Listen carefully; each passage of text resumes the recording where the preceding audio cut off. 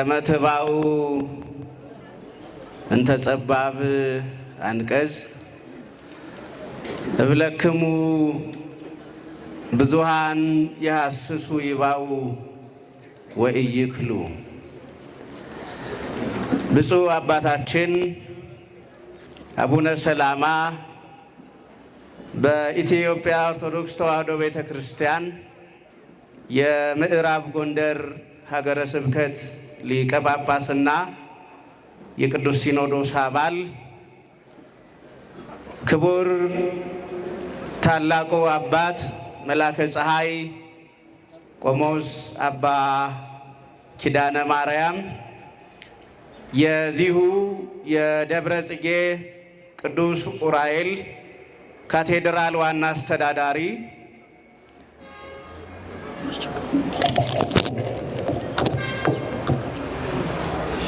ክቡር መላከ ምሕረት መምህር በቃሉ በኢትዮጵያ ኦርቶዶክስ ተዋሕዶ ቤተ ክርስቲያን መንበረ ፓትርያርክ ጠቅላይ ቤተ ክህነት የትምህርትና ማሰልጠኛ መምሪያ ምክትል ኃላፊ፣ ታላቁ መምህር ክቡር መጋቤ አእላፍ መምህር ኤፍሬም፣ የልሳነ ተዋሕዶ መንፈሳዊ መጽሔተ ቃል ዋና አዘጋጅ፣ ታላቁ አባት ክቡር ሊቀ ሊቃውንት ቆሞስ አባ ወልደ ማርቆስ፣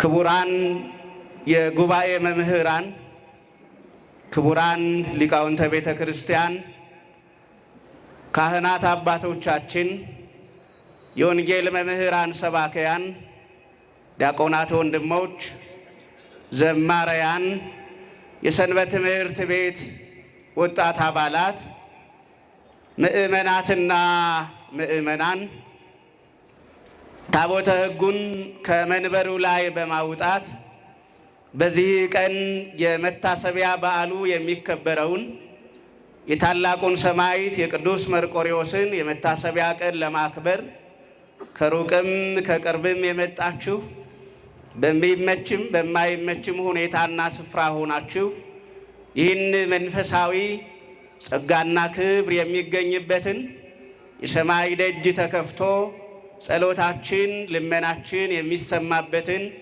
መንፈሳዊ የበዓል ሥርዓት እየተከታተላችሁ ያላችሁ ሁላችሁ በሰማይና በምድር ያለውን ሁሉ ፈጥሮ በሚገዛ ሁሉን የያዘ ሁሉን የፈጠረ እየተባለ በአንድነቱ በሦስትነቱ ሲሰለስ ሲቀደስ በሚኖር አንድ አምላክ በሆነ በአብ በወልድ በመንፈስ ቅዱስ ስምና ሰላም እንደምን ዋላችሁ?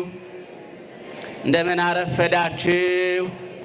እንደምንስ ቆያችሁ? በመካከላችን ተገኝቶ በብዙ ምሕረቱና ቸርነቱ የረዳን ምሕረቱንና ቸርነቱን ዛሬም እንደ ትናንቱ ያላቋረጠብን ኃጢአታችንን በደላችንን ሁሉ በምሕረቱ ቃል የደመሰሰልን በጸጋና በሞገስ የተቀበለን የምሕረትና የቸርነት አምላክ ምስጋና የማይቋረጥበት እንድናመሰግነው ዛሬም የፈቀደልን አምላካችን እግዚአብሔር ለዚህ ቀን ስላደረሰን እንዲህ ባለ መንፈሳዊ ሥርዓትና መንፈሳዊ ምስጋና እንድንቆይ ስለረዳን ገናናና ቅዱስ ለሆነ ስሙ ክብርና ምስጋና ውዳሴና አምልኮ በላይ በሰማይ በታች በምድር ለእርሱ የተገባ ነውና ምስጋና ይድረሰው። ሁላችሁን እንኳን አደረሳችሁ፣ እንኳን ለዚህ ቀን በቃችሁ።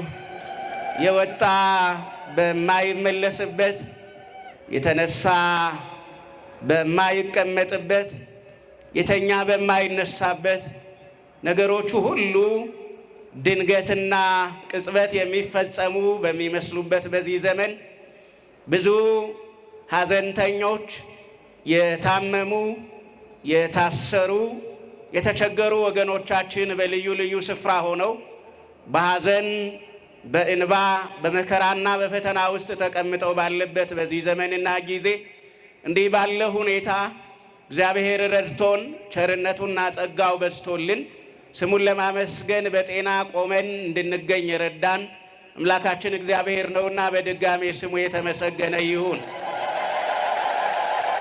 ረዘም ያለ ጊዜ አልወስድም። አጠር ያለ የዕለቱን በዓል በከፊል ሊያሳይና ሊያነሳ የሚችል የትምህርት ርዕስ ይዤ አጭር ደቂቃዎችን ብቻ በመጠቀም እግዚአብሔር ለኛ ያዘጋጀልንን እግዚአብሔር ሊነግረንና ሊያስተምረን በፊታችን በቃሉ ማዕድነት ያዘጋጀልንን የዘላለም ቃል የዘላለም ሕይወት የሆነውን የእግዚአብሔርን ቃል ነው የምንሰማው። አምላካችን እግዚአብሔር በመካከላችን ተገኝቶ የራቀውን እያቀረበ የረቀቀውን እያጎላ ደካማና ሰንከልካላ የሆነውን አንደበታችንን እያበረታ እኛን ለእርሱ መገልገያና መሳሪያ አድርጎ ይጠቀማል ብለን እናምናለንና አምላካችን እግዚአብሔር ጊዜያችንንም እየተቆጣጠረ የምንናገረውንና የምንሰማውንም በሚገባ እንድንናገር በሚገባም እንድንሰማ እየረዳን እንድንማር የእግዚአብሔር መልካም ፈቃድ ይሁን። ባው እንተጸባብ አንቀጽ ታየሉ ከመትባው እንተጸባብ አንቀጽ የቅዱስ ሉቃስ ወንጌል ምዕራፍ 13 ቁጥር 24 ላይ የተመዘገበ ለትምህርታችን መነሻ የሚሆነን ቃል ነው። በጠበበው በር ለመግባት ተጋደሉ ይላል። ስለዚህ በዚህ ኃይለ ቃል ተነስተን ነው ያልኋችሁን ጊዜ አጠር ያለ ጊዜ ወስደን የምንማረውና ይህንን ኃይለ ቃል እግዚአብሔር በልባችን እንዲጽፍልን ጸጋ መንፈስ ቅዱስ በቃሉ በኩል በልባችን ላይ እንዲያርፍና እንዲያድር ሁላችንን እናገረዋለን። በጠባቡ በር ለመግባት በሉ እስኪ ተጋደሉ። በጠባቡ በር ለመግባት ምን በሉ? ተጋደሉ። በዚህ ኃይለ ቃል ለምን እንደተነሳው ኃይለ ቃሉን ገና ስትሰሙ ሁላችሁ ታውቃላችሁ ብዬ አስባለሁ። መገመትም አያስፈልጋችሁም። ዛሬ በዚህ ኃይለ ቃል የተነሳውበት ዋናው ምክንያት የቤተ ክርስቲያን የተጋድሎ ቀን እያንዳንዱ ቀን ቢሆንም የቤተ ክርስቲያን የክርስቶስን መስቀል ተሸክማ ያልተራመደችበት ያልዋለችበትና ያላደረችበት ጊዜና ደቂቃ ባይኖርም የዛሬው ቀን ደግሞ በተለየ መንገድ የሚታሰብ እጅግ የተጋድሎ ጽናትንና ክብርን የሚያሳይ ቀን ስለሆነ በዚህ ኃይለ ቃልና የትምህርት ርዕስ የተነሳሁት ለዚያ ነው። ስለዚህ አምላካችን እግዚአብሔር በጠበበው በር ለመግባት ተጋድሎ ለመፈጸም በፊቱ ቆመናል፣ ተዘጋጅተናልና ተጋድሎ ለመፈጸም የምንችልበትን የሚያበረታውን ቅዱስ ቃሉን እንዲገልጥልን በድጋሚ የእሱ መልካም ፈቃድ ይሁን። የጸጋ እናታችን የባህሪያችን መመኪያ የቃል ኪዳን አማላጃችን በተጨነቅንና በተቸገርን ጊዜ ሳሊ ለነ ቅድስት እያልን እንድትለምልልን እንድትማልድልን ከልጇና ከወዳጇ ምሕረት ወደኛ እንዲላክ እንድታሳስብልን የምንጠይቃት የምንለምናት የምንወዳት ወላዲተ አምላክ ድንግል ማርያም በእናትነት ፍቅር በቃል ኪዳን ምልጃ አትለየን። የመላእክት ጥበቃ በዙሪያችን የጸና ይሁንልን። የታላቁ ሰማዕት የቅዱስ መርቆሬዎስ በዕለተ ቀኑ እርሱ የተቀበለው ክብር ለኛ እንዲገባ በረከቱም ለኛ እንዲሆን እግዚአብሔር በምሕረቱ ይርዳን። የጻድቃን የጌታ ወዳጆች ሁሉ ጸሎታቸውና በረከታቸው ይድረሰን። በጠባቡ በር ለመግባት ምን በሉ? ተጋደሉ። ዛሬ የቀደሙ አባቶችን ተጋድሎ ብቻ ሰምተን እንድንሄድ እግዚአብሔር የፈቀደልን አይመስለኝም። ያለንበት ዘመንም ተጋድሎ የሚጠይቅ ያለንበት ዘመንም ዘመነ ሰማዕታትን የሚመስል የተገኘንበትና የደረስንበት ጊዜ የዘመን መጠቅለያና የዘመን መቋጫ የሚመስል ጊዜ ነውና ዛሬም ለእያንዳንዳችን በፊታችን የቀረበና የተዘጋጀ የተጋድሎ የሰማዕትነት አክሊል አለና ያንን አክሊል ከእግዚአብሔር እጅ እንድንቀበል ሰማያዊ አክሊል ለመውሰድ በተጋድሎ እንድንጸና ሰማያዊ አክሊልን ለመቀበል በጠበበው በር በኩል ለመግባት መንፈሳዊ መረዳትና ዕውቀት እንዲኖረን እግዚአብሔር ይፈልጋልና ስለዚህ በዚህ ርዕስ የተነሳሁት የቅዱስ መርቆሬዎስን ታሪክ ለመናገር ብቻ ሳይሆን እኛም የቅዱስ መርቆሬዎስን ታሪክ ለመኖርና ለመድገም እንድንችል የእግዚአብሔር ቃል እንዲያበረታንና እንዲያተጋን ነው። ስለዚህ አምላካችን እግዚአብሔር ይህን የምንሰማውን ቃል ለሌላ ሰው ብለን ሳይሆን ለራሳችን ብለን እንድንሰማው እግዚአብሔር ይርዳን። ለምእመናን ብቻ ነው ብለን ሳይሆን ለእኛ ለአገልጋዮችም ጭምር ነው ብለን እንድናዳምጠው ማን ይርዳን? እግዚአብሔር ይርዳን።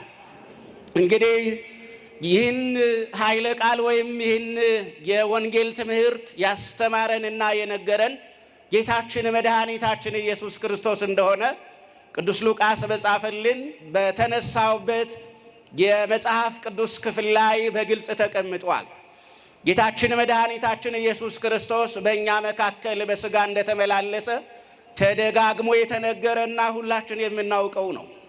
በመካከላችን በተመላለሰ ጊዜ ግን ጌታችን መድኃኒታችን ኢየሱስ ክርስቶስ በሕይወት ፈተና ውስጥ ላሉ መከራ ላዛላቸውና ለበዛባቸው ከዘላለም ሕይወት ለወጡና ለተቆረጡ ሰዎች እንደገና ወደ ዘላለም ሕይወት እንዲመለሱ እንደገና ወደ እግዚአብሔር የዘላለም ክብርና ጸጋ እንዲገቡ በቃሉ ወይም በመለኮታዊ የቃል ትምህርት ሰዎችን ያበረታ ነበረ። የእግዚአብሔር ቃል ደካሞችን እንደሚያበረታ አትስቱትም ታውቃላችሁ። ያለ እግዚአብሔር ቃል ሥጋችን ደካማ ነው። ያለ እግዚአብሔር ቃል ቀናችን ጨለማ ነው። ያለ ኢየሱስ ክርስቶስ ቃል ሕይወታችን ደብዛዛ ነው። ያከበረን የሱ ቃል ነው። ያጸደቀን የሱ ቃል ነው። ሕይወትና መድኃኒት የሆነን ክርስቶስ ያስተማረንና ያደረገልን ነገር ነው። ስለዚህ በዚህ ስፍራ ላይ ጌታችን መድኃኒታችን ኢየሱስ ክርስቶስ ከገሊላ አውራጃ ከዝቅተኛውና ከራቀው ከሰሜኑ ክፍል ወደ ይሁዳ አቅጣጫ ወይም ወደ ደቡቡና ዋናዋ የእስራኤላውያን ከተማ ወደምትገኝበት ወደ ኢየሩሳሌም ሲወጣ የመንግሥተ ሰማያትን ትምህርት ያስተምር ነበረ። የምን ትምህርት አልኋችሁ? የምን ትምህርት አልኋችሁ? እዚህ የተሰበሰብነው የመንግሥተ ሰማያትን ትምህርት ልንሰማ ነው። የሰፈር ሐሜትና ወሬ ለመናገር ወይም ለመስማት እዚህ አልተሰበሰብንም። የሰዎችን ተረትና ተራ ታሪክ ለመናገርም እኔ አልቆምኩም፣ እናንተም አልመጣችሁም። እዚህ የሰበሰበን ዋናው ጉዳይ የመንግሥተ ሰማያት ትምህርት ጉዳይ ነው። ይሄ የምናየው ነገር ሁሉ የሚያልፍ ስለሆነ ዛሬ የተመካነበት አንገታችን ላይ ያሰርነው ወርቅ የሞት ንቀን ከአንገታችን ላይ የሚበጠስ ስለሆነ ዛሬ የምናሽከረክራቸውና የምንነዳቸው መኪናዎች ሬሳችንን እንኳን መቃብር አጠገብ የማያደርሱ ስለሆነ ዛሬ ያማረ ሲሞቅ የሚቀዘቅዝ ሲቀዘቅዝ የሚሞቅ አድርገን የሰራነው ቤት ከቀዝቃዛ መቃብር የሚያስጥለንና የሚያድንን ስላልሆነ ስለዚህ ዛሬ እዚህ የተሰበሰብነው የመንግሥተ ሰማያት ጉዳይ ነው የሰበሰበን። ሰማዕታት የተጋደሉት ስለ መንግሥተ ሰማያት ነው። ቅዱሳን ይህንን ዓለም ንቀውና ትተው የፍየል ለምድ ለብሰው ቆዳ ለብሰው እየተራቡና እየተጠሙ በበረሃና በጫካ በድንጋይ ስር የተኙ ከአራዊት ጋር አብረው ውለው ያደሩ የአራዊትን ድምፅ ለምደው የአራዊትን የድምፃቸውን ጥሪ መሰረት አድርገው የአራዊትን ቋንቋ እስኪያውቁ ወይም ድምፃቸውን መሰረት አድርገው ፍላጎታቸውን እስኪረዱ ድረስ በጫካ ውስጥ በዋሻ ውስጥ በበረሃ ውስጥ ሰማዕታት፣ ቅዱሳን፣ ጻድቃን፣ ተጋዳላያን፣ መነኮሳት፣ መናንያን የወደቁት ለምን ጉዳይ ነው ከተባለ ክብር ፍለጋ አይደለም፣ ስልጣን ፍለጋ አይደለም፣ ትልቅ ወንበር ፍለጋ አይደለም፣ የሰፋ እንጀራ ወይም ትልቅ እንጀራ አጥፎ ለመብላት አይደለም፣ ስለ መንግሥተ ሰማያት ጉዳይ ነው። ስለዚህ እዚህ የተሰበሰብነው የመንግሥተ ሰማያት ትምህርት ጉዳይ ነውና ጌታችን መድኃኒታችን ኢየሱስ ክርስቶስ ስለ ዘላለም ሕይወትና ስለ መንግሥቱ አስተማረ።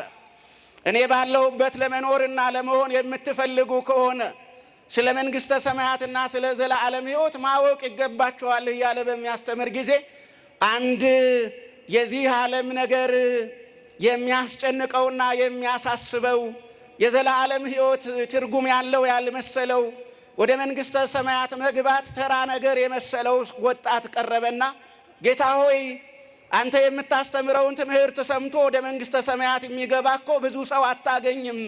ወደ መንግሥተ ሰማያት የሚገባ ጥቂት ሰው ብቻ ይሆናል እንዲህ የምታስተምር ከሆነ አለው። ከዛ ጌታችን መድኃኒታችን ኢየሱስ ክርስቶስ ተሃየሉ ከመትባኡ እንተጸባብ አንቀጽ አለው። በጠባቡ በር ለመግባት ምን ማለት ይገባችኋል አለው? ተጋድሎ ያስፈልጋችኋል ብሎ አለው። እና ይህ ቃል ይህ ትምህርት ጌታችን መድኃኒታችን ኢየሱስ ክርስቶስ ወደ ዘላለም ሕይወት ለመግባት እኮ ጭንቅ ነው። የመንግሥተ ሰማያት ነገር ሲነገርና ሲሰማ እኮ ያስደነግጣል። ከዓለም ጋራ ከኑሯችን ጋራ ከምንኖረው ምድራዊ ሕይወታችን ስጋዊ ነገራችን ጋራ እኮ የመንግሥተ ሰማያት ነገር ያጣላል የሚል ወጣት በመጣ ጊዜ ጌታችን መድኃኒታችን ኢየሱስ ክርስቶስ ልክ ነህ፣ እኔ የማስተምረው ትምህርት የሚመጥን አይደለም ያለው። እንዲያውም ወደ ዘላለም ሕይወትና ወደ መንግሥተ ሰማያት ለመግባት የሚቻለው በጠባቡ በር በኩል ነው አለው። በምን አይነቱ በር በኩል ነው?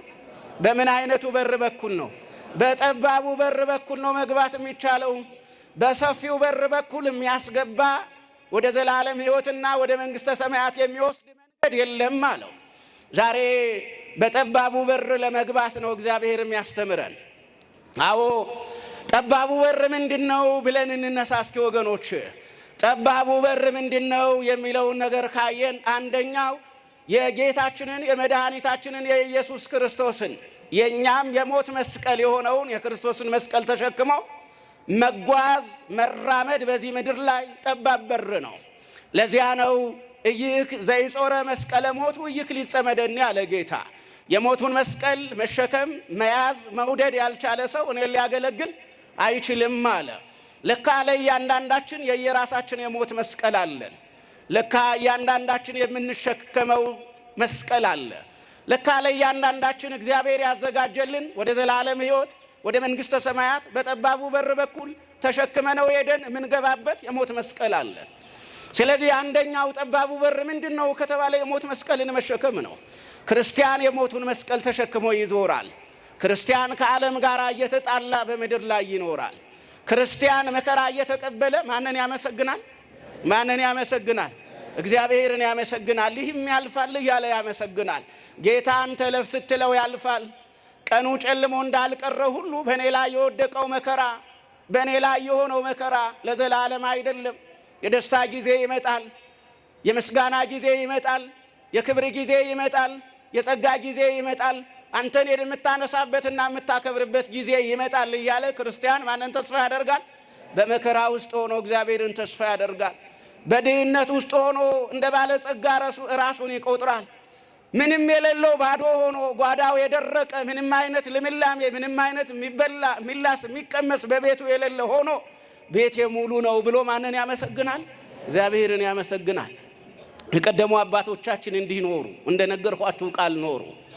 የቀደሙ አባቶቻችን የሞታቸውን መስቀል ተሸክመው ኖሩ።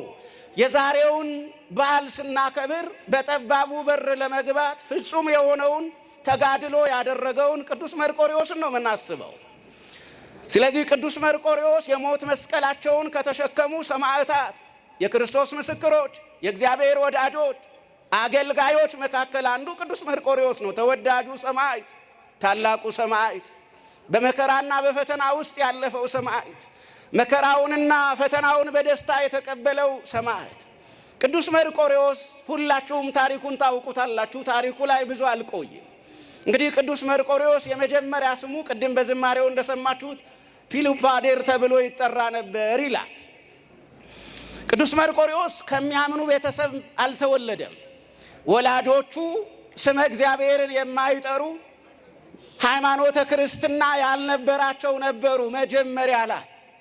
ስለዚህ የመጀመሪያ ስሙ ስመ እግዚአብሔርን የሚያከብር ሃይማኖተ ክርስትናን የሚያወሳ ወይም የሚያሳይ ስም አልነበረም ፒሉፓዴር የሚለው ስሙ።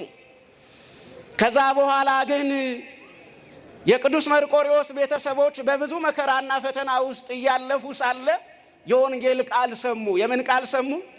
የምን ቃል ሰሙ? አሕዛባውያን ሆነው ሳለ በድንገት የወንጌል ቃል ሰሙ። አረማውያን ሆነው ሳለ በድንገት የወንጌል ቃል ጆሮአቸው ላይ ደረሰ። ጣዖታትን በሚያመልክ ማህበረሰብና ሕዝብ መካከል እየኖሩ ለተጠረበውና ለቆመው ለተቀረጸው ድንጋይ ለቆመው እንጨት የተለያዩ እንስሳትን መስዋዕት አድርገው የሚያቀርቡ ሰዎች እንጨቱንና ድንጋዩን አለዝበውና ጠርበው በሚያመልኩበት በዚያ ዘመን የቅዱስ መርቆሬዎስ ቤተሰቦች ድንገት የወንጌል ቃል ሰሙ። በሰሙት ቃል ተለወጡ። በሰሙት ቃል ምን አሉ? በሰሙት ቃል ምን አሉ? የእግዚአብሔር ወንጌል አንድ ቀን ሰምተነው በቅጽበት ይለውጣል አይለውጥም? ይለውጣል እኮ ወገኖች። እኛ ለምን አልለወጥ እንዳልን ነው እንጂ የማይገባኝ። የእግዚአብሔር ወንጌል እኮ ሲሰማ ኃይል አለው። የእግዚአብሔር ቃል እኮ ክፉ ልብን ይለውጣል። የእግዚአብሔር ቃል እኮ የነፍሰ ገዳይን እጅ መስቀል እንዲይዝ ያደርጋል። የእግዚአብሔር ቃል እኮ ወገኖቼ ወዲያው ይለውጣል እኮ። ጨካኙን ርኅሩህ የሚያደርገው የማን ቃል ነው? የማን ወንጌል ነው? ነፍሰ ገዳዩን መናኝ የሚያደርገው የማን ወንጌል ነው? የማን ወንጌል ነው? ነጣቂውን፣ ቀሚውን፣ ገፋፊውን ሰጪ መጽዋች የሚያደርገው የማን ወንጌል ነው? የማን ወንጌል ነው ወገኖች? የእግዚአብሔር ርቆ የቆመውን ካህን የሚያደርገው፣ አገልጋይ የሚያደርገው፣ መምህር የሚያደርገው፣ ዘማሪ ዲያቆን የሚያደርገው የማን ወንጌል ለውጦት ነው? የእግዚአብሔር ወንጌል ለውጦት ነው። ዛሬ ልባችን የሚለወጥበት ቀን እንዲሆን እግዚአብሔር ይርዳል።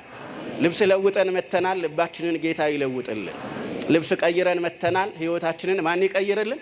እግዚአብሔር ይቀይርልን። አሮጌውን አውልቀን አዲሱን ለብሰን እንደመጣን ሁሉ ዛሬ አሮጌውን ልባችንን እግዚአብሔር ከኛ ንቅል አድርጎ ጥሎ አዲስ ልብ ሰጥቶን እንደ ዳዊት በአዲሱ ልብ የእግዚአብሔርን መንፈስ እያመሰገን እንድንመለስ እግዚአብሔር በምሕረቱ ይርዳል። ስለዚህ የቅዱስ መርቆሬዎስ ቤተሰቦች የክርስቶስን ወንጌል ሰሙና የተሰቀለውን የክርስቶስን ቃል አመኑና በቀራንዮ አደባባይ ተሰቅሎ በሞተው በክርስቶስ አመኑ።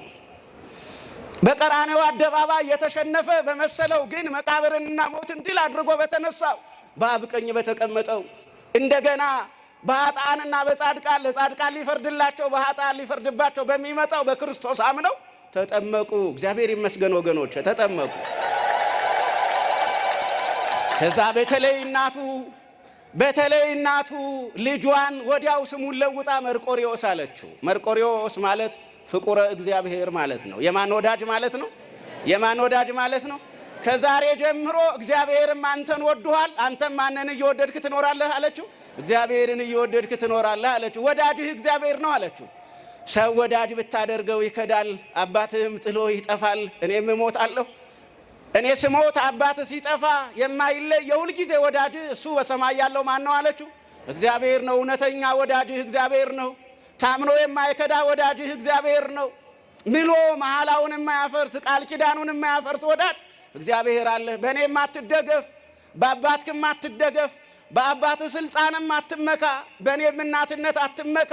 የእኔም የእናትነት ፍቅር ይቀዘቅዛል፣ የአባትህም ስልጣን ይሻራል። ስልጣን ወይም ማይሻር ፍቅሩ የማይቀዘቅዝ በሰማይ ወዳጅ አለህ እግዚአብሔር። ስለዚህ ስምህ መርቆሬዎስ ነው አለችው። ወዳጅ የሆነን አምላካችን እግዚአብሔር ስሙ ይመስገን። ስለዚህ መርቆሬዎስ ማለት አንደኛው ፍቁረ እግዚአብሔር ማለት ነው። ሁለተኛ ላይኩ ለክርስቶስ ይለዋል። የክርስቶስ አገልጋይ ይባላል። የማን አገልጋይ? የማን አገልጋይ? እኛ የማን አገልጋይ ነን? ማንን ልታገለግሉ መጣችሁ? ለማን ምስጋና ልትሰው መጣችሁ? ዛሬ እውነቱን ለመናገር ቅድም እንደተባለው ሞኛ አይደላችሁም። እናንተ ስራ አጥም አይደላችሁም፣ ቦዘኔም አይደላችሁም። ዛሬ እዚህ የተገኘነው ሁላችን ስራ ስለሌለን አይደለም፣ ስራ ዘግተን ነው የመጣ ነው። እዚህ የመጣንበት ዋናው ምክንያት ግን ሞኝ ስለሆን ተላላ ስለሆን ሳይሆን ማንን ለማገልገል ነው? ማንን ለማገልገል ነው? ሁልጊዜ የሚያገለግለንን እግዚአብሔርን ለአንድ ደቂቃ ወይም ለአንድ ቀን ወይም ለግማሽ ቀን ለማገልገል ነው የመጣ ነው። አገልግሎታችንን የሰማይ አምላክ ይቀበልልን። ምስጋናችንን የሰማይ አምላክ ይቀበልልን። ስለዚህ መርቆሬዎስ ማለት ምን ማለት ነው ከተባለ ላይኩ የክርስቶስ አገልጋይ ማለት ነው።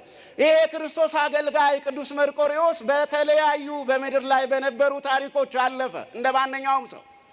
ነገር ግን ዘመነ ሰማዕታት ደረሰ። ዘመነ ሰማዕታት የሚባለው ታውቁታላችሁ ብዬ አስባለሁ። በታሪክ ከሁለተኛው መቶ ክፍለ ዘመን በኋላ ያለው በተለይ ሶስተኛው መቶ ክፍለ ዘመን በተለይ ደግሞ ለ40 ተከታታይ ዓመት ዘመነ ሰማዕታት ሆነ። ክርስቲያን በተገኘበት እንደ አውሬ ታድኖ ተገደለ። ክርስቲያን በተገኘበት ሁሉ እሳት እየነደደ ተቃጠለ። ክርስቲያን ነኝ የሚለው ሁሉ እጆቹና እግሮቹ ታስረው ወደ ገደል ተወረወረ። ክርስቲያን ነኝ የሚለው ሁሉ አንገቱ እንደ በግ እየታረደ ቆዳው ተገፈፈ። ክርስቲያን ነኝ የሚለው ሁሉ ደሙ በሜዳ ተዘራ። ደሙ በሜዳ ተዘራ። አብያተ ክርስቲያናት ተዘጉ። አብያተ ጣዖታት ተከፈቱ። ደጋግ ሳይሆን ክፉ ነገስታት መጡ። የክርስቲያኖችን ሕይወት የሚጠብቁ ሳይሆን የክርስቲያኖችን ሞት የሚያፋጥኑ፣ ከአውሬ ጋር ክርስቲያኖችን የሚያታግሉ፣ የክርስቲያኖችን አንገት በማረድና ክርስቲያኖችን በገደል በሜዳ በመጎተትና በመጣል ምስጋና ለጣዖታት የሚያቀርቡ፣ ደስታ የሚያቀርቡ መንግስታችን ጸና የሚሉ ነገስታት መጡ። በእርግጥ እነዛ ነገስታት እንደመጡ ዘመናቸው አልረዘመ። ማን ዘመናቸውን አሳጠረው? ማን ዘመናቸውን አሳጠረው? ክፉ ነገስታትን ማን ዘመናቸውን ያሳጥራል? ማን ዘመናቸውን ያሳጥራል? እግዚአብሔር ክፉ ነገስታትን ሲመጡ ዝም ይላቸዋል። ዝም የሚላቸው ለምንድን ነው ከተባለ ህዝቡ እንዲማር ዝም ይላቸዋል። ክፉ ነገስታት በክፋታቸው እየጸኑ በኃጢአታቸው እየበረቱ የሰማዕታትን ሕይወት እየቀጠፉ የቤተ ክርስቲያንን በር እየዘጉ ካህናትንና አገልጋዮችን እየሰዉ ደስ በሚሰኙበት ጊዜ ድንገት ባልጠበቁበት ቀን እግዚአብሔር በቤተ መንግስታቸው የሞት መልአክ ይልክባቸዋል። ዝም ይላሉ። እግዚአብሔር ዝም ያሰኛቸዋል። ማን ዝም ያሰኛቸዋል? ማን ዝም ያሰኛቸዋል? ትዕቢታቸው ባዶ ይሆናል። ትምክህታቸው እንደ ጉም እንደ ጢስ በኖ ይጠፋል። ኃይላቸው ይደክማል፣ ክንዳቸው ይሰለስላል። ማን ሲነሳ? ማን ሲነሳ አልኋችሁ? እግዚአብሔር ሲነሳ። ስለዚህ ዘመነ ሰማዕታት ታሪኩ ሰፊ ነው፣ ከባድ ነበረ። በዛ በዘመነ ሰማዕታት አንድ ዳክዮስ የሚባል ጨካኝ ንጉሥ ተነሳ። መጀመሪያ ክርስቲያን የነበረ ይመስላል። በኋላ ግን በክርስቶስ ስም የሚያምኑትን ሁሉ ምን የሚል ሆነ ከተባለ የሚገድል ሆነ እና ቅዱስ መርቆሬዎስን አንድ ቀን እርሱ ወደ ጣዖታት ቤት ሲሄድ ለመስዋዕት የሚገባውን ሁሉ ይዞ ንጉሡ ሲሄድ ቅዱስ መርቆሬዎስ በዳክዮስ ዘመን ወታደር ሆኖ አገሩን የሚጠብቅ የሚያገለግል ዘማች ሆኖ የሚዘምት ሰው ምድሩን የሚጠብቅ ሰው ነበርና ክርስቲያን ሆኖ ይዘምት ነበረ እና ክርስቲያን ሆኖ በሚዘምትበት ጊዜ ቅዱስ መርቆሬዎስ በዘመተባቸው ዘመቻዎች ሁሉ ድል እንጂ ሽንፈት አልነበረም። ቅዱስ መርቆሬዎስ በሄደበት ቦታ ሁሉ የአገር ድንበር ይጠበቃል እንጂ የአገር ድንበር አይደፈርም ነበረ። ምክንያቱም ቅዱስ መርቆሬዎስ ለውትድርና ለዘመቻ ሲሄድ የእግዚአብሔር መልአክ ወደ መርቆሬዎስ ይመጣና ስመ እግዚአብሔርን መጥራት እንዳትረሳ ይለው ነበር። የማንን ስም መጥራት? የማንን ስም መጥራት? ስትሄድ ስመ እግዚአብሔርን ጥራ ይለዋል። ስትወጣ የማንን ስም ጥራ? ወደ ጠላቶች ስትሄድ የማንን ስም እየጠራ ሂድ? የማንን ስም እየጠራ ሂድ?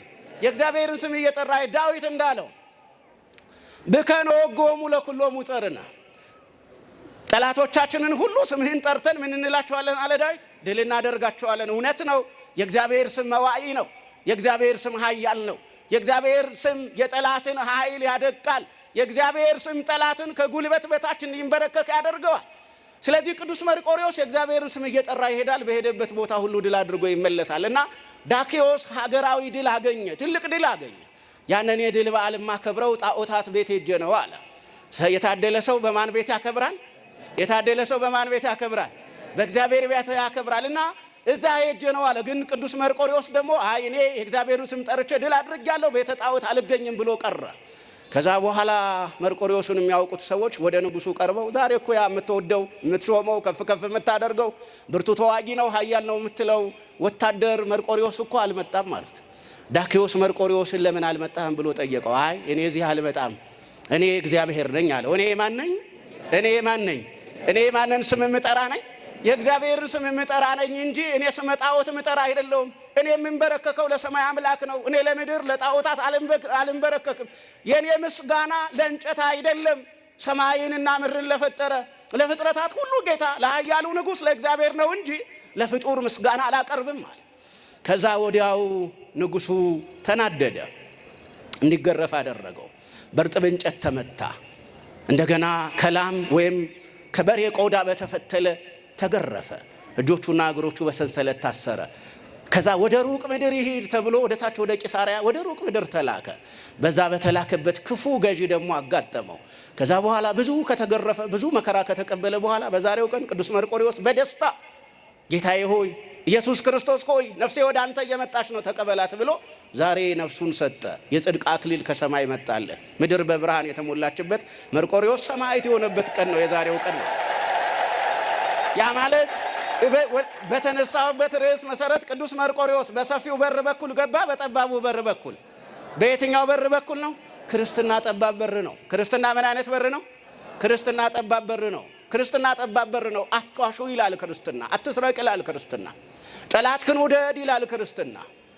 ስለዚህ አያችሁ አንዳንዶቹ ይሄንን እንደ ድክመት ወስደውት ነው። በዚህ ዘመንም ብዙ ክርስቲያኖች ልክ እንደ መርቆሬዎስ ሰማዕታት እየሆኑ ያሉት በዚህ ምክንያት ነው። በጠባቡ በር በኩል እነሱ ጉልበት እንዳላቸው እኛም ጉልበት ነበረን።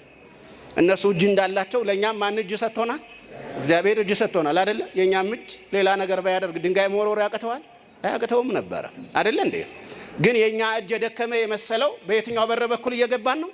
በጠበበው በር በኩል ፊቱን ሲመታ ዝም ያለውን ክርስቶስን እያሰብን፣ ሲገረፍ ዝም ያለውን ክርስቶስን እያሰብን፣ እጆቹ ሲቸነከሩ ዝም ያለውን ክርስቶስን እያሰብን፣ ክርስቶስ እኛ እጅ ላይ ያስቀመጠው ምንድነው ከተባለ የተቸነከረበትን የሰላም መስቀል ነው እንጂ ሰይፍ እጃችን ላይ አላስቀመጠም። ስለዚህ ይሄው እንደምታዩት ዛሬ እጃችን ላይ ሰይፍ የለም፣ መስቀል ነው ያለው። አባቶች ይባርካሉ፣ በመስቀላቸው ያሳልማሉ። ዱላ እጃችን ላይ የለም። ከዚህ የተነሳ በጠባቡ በር በኩል ማለፍ ተጋድሎ አለው። ተጋድሎው ግን ምንድነው ከተባለ መራራ አይደለም፣ አሳዛኝ አይደለም። ተጋድሎው ደስታ ነው። ፍጻሜው የክብር አክሊል ነው። ፍጻሜው ምስጋና ነው። ፍጻሜው የጌታችን የመድኃኒታችን የኢየሱስ ክርስቶስን መንገድ መከተል ነው። በክርስቶስ መንገድ ስንሄድ አሸዋው እንቅፋቱ ቢመታንም ደስ ይለናል እንጂ ይከፋናል እንዴ? ይከፋናል ወገኖች? አይከፋንም። እንኳን የክርስቶስ ሆን፣ እንኳን እሱን ተከተል፣ እንኳን መስቀሉን አይተን ተከተል ነው። እንኳን በመስቀሉ ላይ በፈሰሰው ደሙ ተሸፈን፣ እንኳን በመስቀሉ ላይ ለኛ በተቸነከረው እጁ ተባረክ፣ እንኳን ከጎኑ በፈሰሰው ደም ተጠመቅን፣ ውሃ ተጠመቅን። ደስ ይለናል እንጂ ይከፋናል? ቅዱስ መርቆሬዎስ ያንን ሁሉ ስልጣን ጥቶ በጠባቡ በር አለፈ እና ዛሬ የቅዱስ መርቆሬዎስ የታላቅ የሰማዕትነት የክብር ቀን ነው። ለዚህ ቀን በድጋሜ አምላካችን እግዚአብሔር እንኳን አደረሳችሁ። በጠበበው በር ለመግባት ምን በሉ ነው? በጠበበው በር ለመግባት ምን በሉ? ተጋደሉ። በጠበበው በር ለመግባት እንጋደል ወገኖች። አሁን ሆዳችንን የምናሰፋበት አይደለም። አሁን ዘመኑ ሆዳችንን የምናሰፋበት አይደለም ወገኖች። ሆዳችን መንፈሳዊነትን የምናሰፋበት ነው። አሁን የተደላደለ ኑሮ የምንኖርበት አይደለም።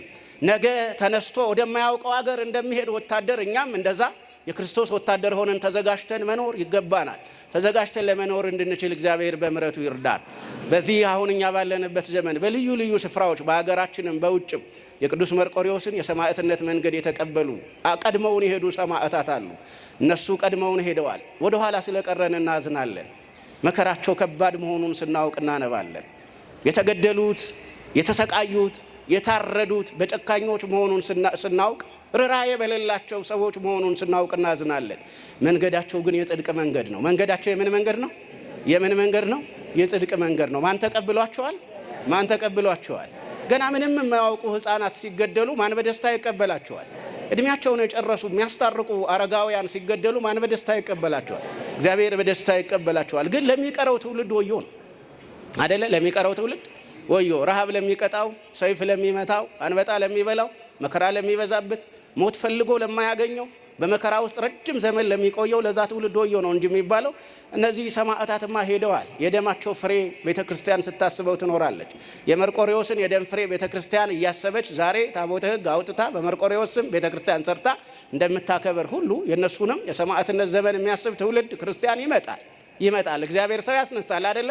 ስለዚህ እግዚአብሔር ሰው ያስነሳል። እኛ ሰው እንድንሆን ግን እግዚአብሔር በምሕረቱ ይርዳል። እኛም ለእግዚአብሔር የተነሳን ሰዎች ነን ወይስ የተኛን ሰዎች ነን? የተነሳን ሰዎች ነን። ክርስቲያን ወገብን ማጥበቅ ነው። ወገባችሁን አጥብቃችሁ በእውነት ወገባችሁን ታጥቃችሁ በጽድቅ እየተመላለሳችሁ በንስሐ እየተመላለሳችሁ በአባቶች እየተመከራችሁ በካህናት አጠገብ ለመኖር ፈቃደ ሥጋችሁን ለፈቃደ ነፍሳችሁ አስገዝታችሁ ይህንን ክፉ ዘመን በጥበብ በጸሎት በጾም በብልሃት በርኅራኄ በቸርነት ለተጎዱት በማዘን ለማሳለፍ መትጋት ይኖርባችኋል። እንደዛ ስናደርግ የቅዱስ መርቆሬዎስን በዓል ያከበርንበት ትርጉሙ ገብቶናል ማለት ነው። ትርጉሙ እንዲገባን እግዚአብሔር በምሕረቱ ይርዳን። ይቆየን።